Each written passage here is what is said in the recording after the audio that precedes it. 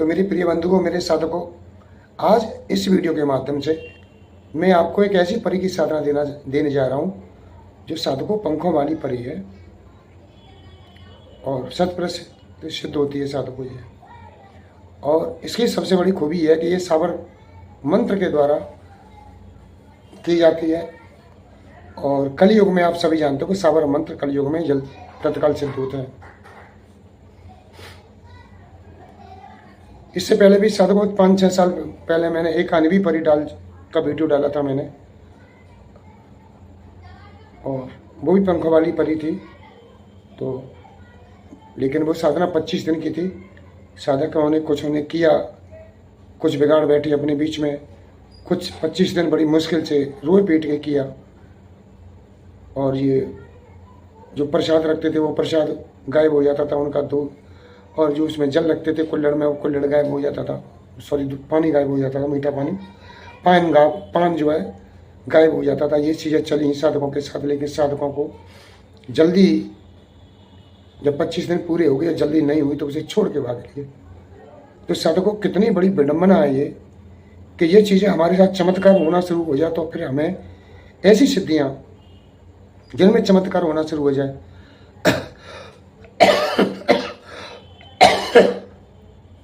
उन्हें कभी नहीं छोड़ना चाहिए, और हमें तन मन लगा के और अच्छी तरह करना चाहिए, और दृढ़ विश्वास से करना चाहिए कि जब हम यहाँ तक पहुँच गए तो हमें आगे भी पूर्ण सफलता मिल ही जाएगी। लेकिन नहीं, वही बात है ना, साधकों 4 तरह के होते हैं। आरती, लालचू जिन्हें लोभी कहते हैं। तो वो ये आरती और लालचू ये दोनों एक ऐसे साधक हैं कि समय पूर्ण होने पर छोड़ के भागते हैं। क्यों करें, लालसा लगी रहती है, और जब लालसा पूरी नहीं होती है इनकी तो इनका क्रोध आता है इन्हें, और क्रोध आने पर इनकी मति भ्रंत हो जाती है, और मति भ्रंत होने से जहाँ अपनी पथ में बैठे थे उस पथ से ये गिर जाते हैं। तो यही कंडीशन होती है साधकों। एक और मैं बता दूं, एक मेरे बरेली के साधक थे जो सुंदरी साधना कर रहे थे। मैं भी उनके साथ कर रहा था रक्षाबंधन से पहले से 5 दिन पहले से, शुक्रवार से 5 या 6 दिन पहले शुक्रवार पड़ता है, उससे कर रहे थे। तो उन्होंने क्या किया कि रक्षाबंधन जो पूर्णमासी का होता, पूर्णमासी तक वो साधना पूर्ण करनी थी, और पूर्णमासी से 1 दिन पहले ही छोड़ दी उन्होंने, बंद कर दिया। और न मुझे पूछा न कुछ बोले। चंपा के पेड़ के नीचे करने वाली 3 दिन की साधना थी।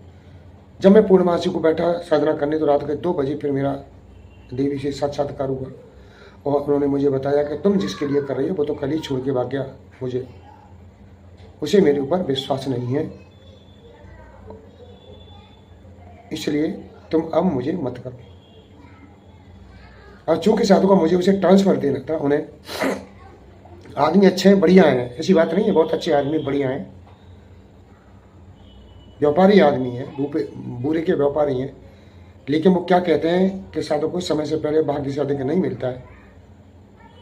तो वो जो है वही उनके साथ हो गया। और फिर भी मैं साधु को पूर्णमासी के बाद तक लगातार करता रहा। तब फिर देवी ने दोबारा आके मुझे मंत्र में संशोधन करने के लिए कहा, किस मंत्र को हटा के अब इस मंत्र का संशोधन के द्वारा उन्हें कराओ, और जो फूलों वाला पेड़ है चंपा का जिस पर फूल लगते हों उसके नीचे करो, तुम 1 दिन में उनके सामने प्रत्यक्ष हो जाओगे। तो ये चीज़ें साधकों को नहीं करनी चाहिए, क्योंकि ये करने के बाद साधक जो है छोड़ के भाग लेते हैं। ये चीज़ें गलत हैं। वीडियो बड़ा होगा इसलिए मैं ये साधकों अब साधना के ऊपर आता हूँ। साधकों ये 11 दिन की सफरीना परी की साधना है, ये जो पंखों वाली परी है साधकों, और बहुत ही गजब साधना है साधकों। और इसकी ज़्यादा नहीं, केवल 11 माला करनी है आपको। गुलाबी या हरे रंग की हकीकी अभिमंत्रित माला से इसकी साधना करनी है। माला उल्टी घुमानी है। सर्वप्रथम साधक अपने कमरे को साफ करके सफ़ेद या हल्के गुलाबी रंग की पुताई कर ले। साधक शुक्ल पक्ष से गुरुवार को यानी 9 चंदी की रात को इस साधना को करे। गुरुवार को उपवास रखे और शाम को खीर से व्रत तोड़े। साधक 10:30 बजे स्नान करके आए और सफ़ेद वस्त्र पहने, और वस्त्र साधक को सिले नहीं होनी चाहिए।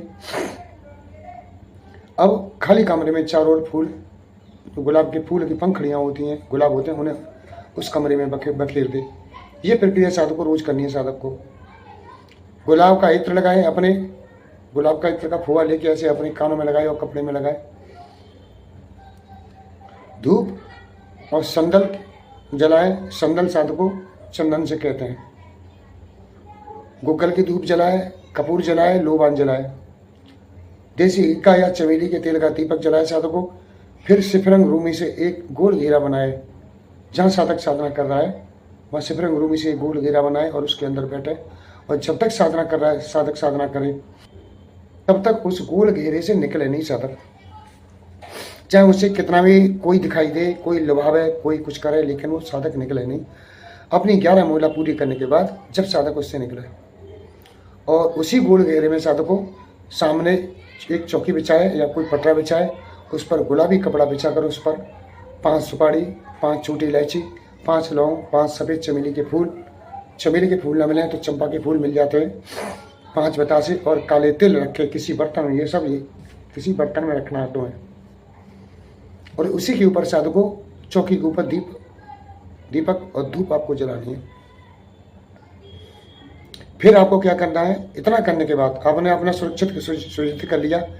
अब साधक अपने आसन पर नहीं अभी बैठा है, ये सब रख रहा है, रख ले। अब साधक पेशाब करने जाए, टॉयलेट करने जाए, और टॉयलेट करके बगैर टॉयलेट की लिंग को धुए हो आसन पे आकर बैठ जाए साधकों। हाथ धो के आसन पे आकर बैठ जाए। आसन जो है मुसलमानी तकसीर कहते हैं, और जब माला को और आसन को पता नहीं, ऐसा मुझे ध्यान नहीं आ रहा है, वो कहते हैं उसे मस्जिद के यहाँ से लिया है। और साधना करने से पूर्व साधक को 11 माला जपने का अभ्यास कर लेना चाहिए। पहले तैयारी कर लेना चाहिए। ऐसा नहीं है कि माला जप रही हो और इधर मटक रही हो, उधर मटक रही हो, इधर खुजा रही हो, इधर खुजा रही हो, ये चीज़ें नहीं होनी चाहिए। पहले साधक तैयारी करता है साधना की कि हम 11 माला कर सकते हैं कि नहीं कर सकते। और मन को एकाग्र करने की विधि को मैंने जो बता रखी है, 1-2 दिन में टाइम मिल जाएगा तो मैं वीडियो डालूंगा मन एकाग्र करने की विधि दोबारा फिर बताऊंगा, क्योंकि 4 साल पुराना वीडियो पुराना हो गया, साधक वहाँ देख नहीं पाते हैं साधकों। तो अब आसन पर साधक बैठ जाए, और जब परी आए साधक के सामने मंत्र जपना शुरू करे। कुछ फूल साधक अपने गुलाब के अपने पास रख ले, गुलाब के, चंपा के, चमेली के सामने रख ले। जब परी आएगी तो आप साधक को आपसे हंसी मजाक करेगी, वो कुछ भी कहे, लेकिन आपको उठना नहीं है। लेकिन ध्यान रखना, वो तुम्हारे सिफरंग रूमी का जो घेरा है उसके अंदर नहीं आ पाएगी। आपको केवल अपना कितना भी हंसी मजाक करती रहे, लेकिन आपको साधक को उठना नहीं है उससे। अपने मन चुपचाप लगा के साधना करती रहनी है। और आपको साधक को मन को भी अपने विचलित नहीं होना है कि ये इतनी सुंदर है, कि इतनी ये करूँगा इसके साथ, ये चीज़ें साधक को नहीं करना है। इस बात का विशेष ध्यान रखना। क्योंकि साधक को अपनी परी का मैंने दुष्परिणाम देखा है। उज्जैन के 5-6 साल पहले शर्मा जी थे, उन्होंने ये साधना की थी, उनकी शादी नहीं होती, और साधना काल में उन्होंने ये परी को देखा था, और उनके मन में ये कुविचार आ गया। तो स्थिति तो नहीं हुई, लेकिन वो इतने बीमार हो गए कि किडनी तक डैमेज हो गई उनकी, आईसीयू में भर्ती रहे, पूरे शरीर पर फफूले निकल आए उनके। तो साधकों देखो, ये मेरी साधना है, बहुत ही सौम्य साधना है, लेकिन साधना करते हैं अपने को साधना। तुम अपनी जगह अगर सही हो तो तुम्हारा कोई नहीं बिगाड़ पाएगा, तुम्हारा ही मन भटकेगा। तुम हर परी अप्सरा यक्षिणी को अपनी लुगाई बनाने के चक्कर में घूमोगे तो साधकों मारे जाओगे। इस संसार में बहुत सी स्त्रियां घूम रही हैं, वो सब हमारी पत्नियां नहीं है साधकों। हमारी पत्नी केवल एक ही होती है, प्रेम का होती है एक आदि, बाकी अपनी बहन होती है, कोई बेटी होती है, कोई माँ होती है, कोई मौसी होती है, कोई फूफी होती है, कोई बुआ होती है। एक लठ से मत हाँको साधकों के सभी शक्तियों को, और मत हाँको इस संसार के स्त्रियों को। साधकों सबसे बड़ा है, मैं आपको बता दूं कि मन को स्त्रियों से दूर करने का एक है कि सब में अपनी माता, बहन और बेटी के दर्शन करें, तो आपको कदापि साधकों कोई मन में विचार आएगा ही नहीं। और जब तुमने एक बार इस परियों को देख लिया साधकों, मैं जानता हूँ तुम फिर संसार की स्त्रियों को छुओगे नहीं, देखोगे भी नहीं की तरफ, फिर वहीं लटक जाएगा तुम्हारा तक इतनी सुंदर थी। लेकिन भाव नहीं आना चाहिए साधकों। अब ये नहीं है कि साधकों ये दिक्कतें होती, सुंदरता को देख हर आदमी ललचाता है साधकों। जिब्राइल परी को मैंने किया था, मैंने जिब्राइल परी को देखा था साधकों, और भी मैंने जन्न परी को भी देखा था। जिब्राइल परी और जन्न परी में बहुत डिफरेंट था। भूतनी को भी देखा था, अप्सरा गई। ये सब चीज़ें छोड़ो, इन बातों को, साधकों इन चीज़ों से कुछ नहीं है, क्योंकि यहाँ कहने से कोई फायदा नहीं है। तो साधकों आप ये साधना करोगे ये लगातार वो हंसी मजाक करेगी, आपको बात करेगी आपसे, लेकिन बोलना नहीं है। आप 11 दिन तक साधना पूरी करें, 11वें दिन साधक को आपसे वो साधना कहे, वो परी कहेगी कि मुझे क्यों बुलाया। एक बात तो ध्यान को साधक को बता दूं, साधक को परी का इतना तेज प्रकाश होता है कि शायद आपकी आंखें चुन जाएंगी। इन परियों का इतना तेज प्रकाश होता है, आंखें चुन जाएंगी। लेकिन आपको डरना नहीं है, बहना नहीं है, क्योंकि कहीं कुछ होने वाला नहीं है। तुम जिसको बुला रही हो वो तो आएगा ही भाई, फिर उससे डर किस बात का। ठीक, 11वें दिन वो परी कहेगी मुझे क्यों बुलाया, तब उसे वचन आप ले सकते हैं। और आप जो भी वचन लें कि मैं तो शायद यही कहूँगा कि मैं जब आपको बुलाऊं, जब हाजिर हो, या हर समय मेरे साथ रहो। ठीक है, रिश्ता आप पूछ लीजिए उससे। वैसे तो मैं ये कहूँगा मित्र का रिश्ता या प्रेम का रिश्ता सबसे बढ़िया होता है साधु को। मित्र का हो जाए या प्रेम का रिश्ता, मित्र से बड़ा कोई नहीं, प्रेम का से बड़ा कोई प्यार नहीं इस संसार में साधु को। क्योंकि देखो साधु को मैं एक बात बताऊंगा आपको, बहुत बड़ा रहस्य बता रहा हूँ, तुम्हें जानते हो। प्रेम का और पत्नी में बहुत बड़ा अंतर होता है। अगर सच्ची प्रेम का होगी तो तुमसे कभी लेने की इच्छा नहीं रखेगी, कुछ भी देने की इच्छा रखेगी तुम्हें। मैं तुम्हें बता रहा हूँ भविष्य जो का नाम है, ये बातें समझा रही। अगर कोई सच्ची प्रेम का होगी तो तुमसे कभी कोई मांग नहीं करेगी साधु को। तुम्हें जो होगा वो तुम्हें दे देगी, लेकिन मांगेगी नहीं। भूखी बैठी रहेगी लेकिन तुम्हें मांगेगी नहीं। और जो सच्ची प्रेम का नहीं होगी ना, वो तुमसे मांगेगी, तुम्हें खोखला करेगी। तो तुम तभी समझ जाओ साधु को कि ये प्रेम का नहीं है, ये लुटेरन औरत है या लुटेरी लड़की है। कुछ दिन 1 साल पहले साधु को एक साधक ने पंजाब के ने नाभि दर्शन अप्सरा की थी, उसका मैंने उनका वीडियो भी डाला था। अब वो पता नहीं है कहाँ है। मैं उनसे कहूँगा भाई अगर तुम्हें मेरा वीडियो देखने को मिले, मुझे एक बार कॉल जरूर करना कि तुम हो क्या कर क्या रहे हो। तो नाभि दर्शन अप्सरा उन्होंने कायाकल्प के लिए की थी, और उसने प्रेम का के बारे में पूछा था कि मेरी प्रेम का कब का मैटर है। तो उनका कायाकल्प कर दिया, बहुत कुरूप थे वो, बहुत सुंदर रूप बना दिया। और प्रेम का के रूप में बता दी कि ये प्रेम का नहीं है, तेरी लुटेरिन है।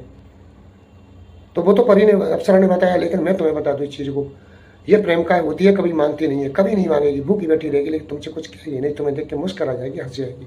ये सच्चा प्रेम होता है साधु को। राधा ने कृष्ण भगवान से कभी कुछ मांगा नहीं साधु को। कृष्ण भगवान स्वयं देते रहते थे, मन देख कर करते थे, लेकिन राधा कभी मांगती नहीं थी। राधा को याद आती थी उनकी, लेकिन कहती नहीं थी कि मुझे तुम्हारी याद आ रही है, रोती थी बस। तो कृष्ण समझ जाते थे कि क्यों में आंसू आना है, ये मुझे याद करके रोती हैं। ये होता है प्रेम का सच्चा रूप साधु को। तो आप मित्र या प्रेम का के रूप में उसे स्वीकार कर लें। प्रेम का के रूप में स्वीकार करोगे साधु को, या मित्र के रूप में स्वीकार करोगे, तो आपको देती रहेगी, आपको मांगेगी नहीं।